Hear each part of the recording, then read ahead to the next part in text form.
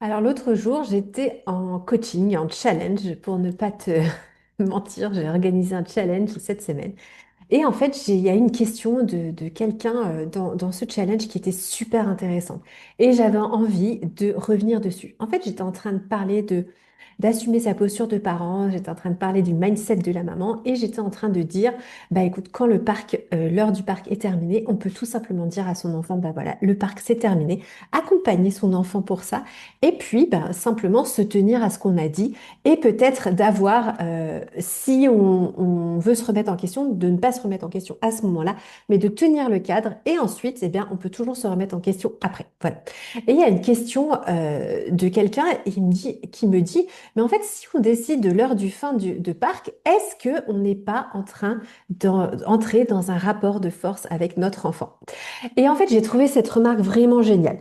Parce qu'en fait, elle montre un point de confusion qu'on a énorme au sujet de la parentalité bienveillante aujourd'hui. En fait, c'est la question finalement, est-ce que finalement exercer son autorité, c'est forcément dominer les autres? Est-ce que décider de quelque chose, c'est forcément écraser l'autre? Est-ce que poser être un cadre, c'est forcément être violente, autoritaire ou pas bienveillante? Et ça, c'est super intéressant. Parce qu'en fait, je remarque qu'on confond trop souvent autorité vs autoritarisme, en fait. Et aujourd'hui, beaucoup de parents ont peur de faire du mal. Ils ont peur de devenir souvent comme leurs propres parents, en fait. Ils ont peur d'être trop rigides, alors ils osent plus rien décider, ils demandent tout, ils négocient tout.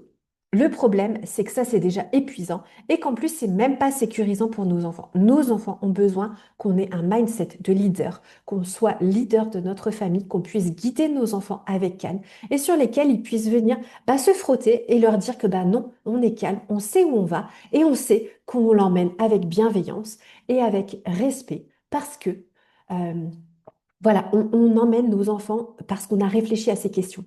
Et en fait, j'aime bien dire qu'en fait, le problème, c'est souvent que quand on pose un cadre en réaction avec notre éducation, avec ce qu'on a vécu, ben en fait, on n'est pas en train de poser un cadre qui nous respecte, on est en train de poser un contre-cadre, en fait. Et c'est pas quelque chose qui va nous aider. Et donc, du coup, oui, c'est possible qu'on soit dans le rapport de force si on a peur de faire comme nos parents. Mais si tu réfléchis à pourquoi tu fais les choses, si tu intègres une position de leader bienveillant dans ta famille et que tu es sécurisé sur où est-ce que tu vas, où est-ce que tu emmènes tes enfants et pourquoi tu fais telle chose, alors du coup, l'heure de fin du parc n'aura aucun souci. Et même si ça génère une frustration chez ton enfant, tu pourras rester calme parce que tu vas intégrer cette posture calme et confiante de te dire, bah non, c'est pour une bonne raison que j'ai fait ce cadre-là. Et comme je l'expliquais en live, ça peut être pour des tas de bonnes raisons, que ton enfant a 3 ans, tu sais qu'il a un niveau de fatigue et d'énergie limité, et tu sais que si tu attends encore 10 minutes au parc, eh ben, ça va être l'enfer à la maison parce qu'il sera trop fatigué, trop stimulé, etc.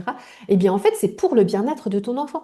Et c'est aussi ton bien-être de dire, bah non, en fait, moi, là, maintenant, j'ai peut-être un repas à préparer en rentrant du parc, j'ai peut-être une douche à prendre, ou je sais qu'il y a des devoirs, bah, j'ai confiance dans mes décisions, et du coup, on va arrêter le parc maintenant pour que ça puisse se passer, la routine du soir et du retour au calme puisse se passer dans les meilleures conditions.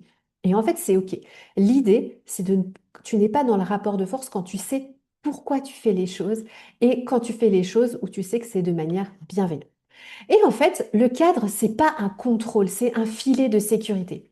Et en fait, décider de l'heure de fin du parc, c'est pas un rôle, un rapport de force, c'est incarner son rôle de parent.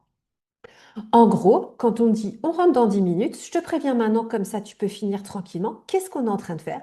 On est en train d'envoyer un message clair, prévisible et respectueux à son enfant. On n'est pas en train de dire on part maintenant, sinon t'es puni.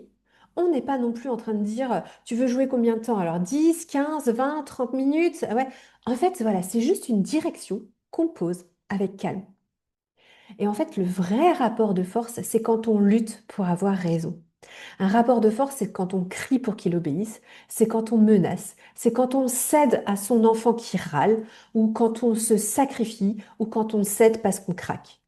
Et un rapport de force, c'est aussi quand je veux gagner le combat, quand je veux gagner la scène, tu vois. Là, ça devient un rapport de force.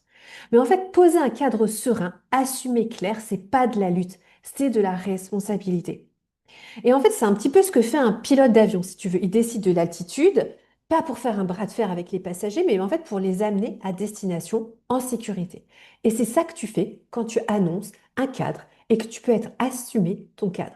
Et en fait, c'est des gros problèmes qu'on a en fait quand on n'est pas trop ou quand on a une mauvaise vision de la parentalité bienveillante et positive, c'est qu'en fait on a toujours l'impression, on a peur des effets négatifs de l'autorité. Donc du coup, on va aller vers la bienveillance, sauf qu'à un moment donné, on a peur des effets négatifs de la bienveillance qui sont le laxisme. Donc on va revenir à une forme d'autoritarisme. Et en fait, on est tout le temps en train finalement de devenir soit trop autoritaire, soit trop laxiste. Et en fait, non, il y a simplement une position qu'on peut te dire calmement au milieu, qui est tout simplement de dire, je pose un cadre, je respecte mes limites et ceux de mon enfant, je me mets dans l'équation. Un cadre, c'est familial aussi, il faut pas l'oublier, c'est pas que pour contenir un enfant, c'est aussi parce que il y a d'autres enfants, il y a aussi mon énergie en tant que maman, il y a l'organisation de la maison, l'emploi du temps, enfin voilà, un cadre, c'est tout ça réuni. Et en fait, j'ai envie de te dire, un enfant, c'est un des besoins fondamentaux qu'il a, c'est de sentir que quelqu'un tient la barre. Il ne peut pas tout décider. Pas parce qu'il n'est pas capable, mais parce qu'il a besoin d'un cadre stable pour se développer. Et quand on dit on rentre à telle heure, ou ce soir c'est des légumes, ou c'est l'heure de se brosser les dents, en fait, on va pas lui voler sa liberté, on va lui donner un cadre, un contenant pour qu'il puisse grandir. Alors, je vais juste dire attention, ce n'est pas parce que c'est fluide qu'il n'y a pas d'opposition.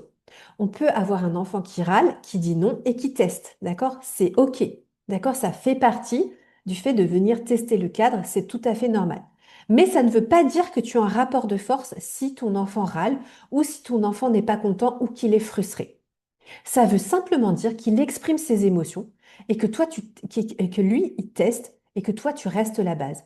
Et quand il exprime une émotion, notre rôle, ce n'est pas de revenir sur le cadre. Notre rôle, c'est de l'accompagner dans cette émotion. Je vois que tu es super déçu qu'on rentre maintenant, mais tu vois, j'avais prévenu, c'était 10 minutes, les 10 minutes sont écoulées, maintenant on va rentrer. Mais je comprends que tu aies trop envie de rester, je comprends que ça t'embête et que tu as envie, mais on va quand même rentrer. Et c'est là qu'on devient stable. Et en fait, le cadre, c'est quelque chose qui rend la liberté possible, en fait. Il n'y a pas de liberté sans cadre, j'en suis persuadée. Un enfant qui a des repères clairs, il peut se détendre, il peut s'exprimer, il peut jouer, il peut créer. Et parce qu'en fait, il n'est pas en train d'être un petit peu anxieux en disant, mais qu'est-ce qui est le leader ici?